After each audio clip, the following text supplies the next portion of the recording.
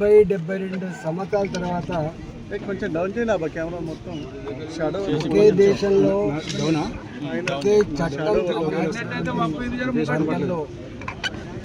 370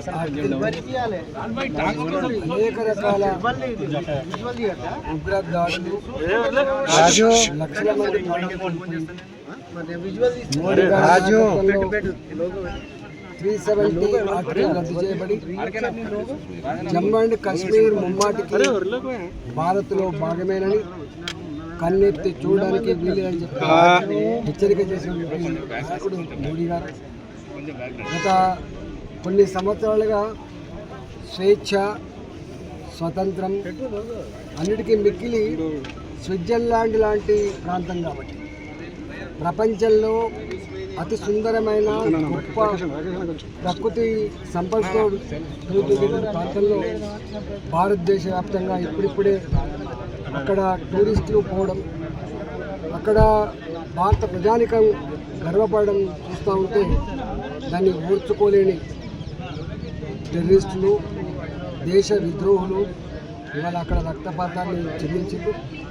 తప్పకుండా దీనికి మూల్యం చెల్లించక తప్పదని చెప్పి హెచ్చరిస్తా ఉన్నాం. భారతదేశం సహనాన్ని, ఓపికని పరీక్షించే ప్రయత్నం చేస్తే రాబోయే కాలంలో ఏం జరుగుతుందో చవి చూడాల్సి వస్తుందని చెప్పి దొంగచాటుగా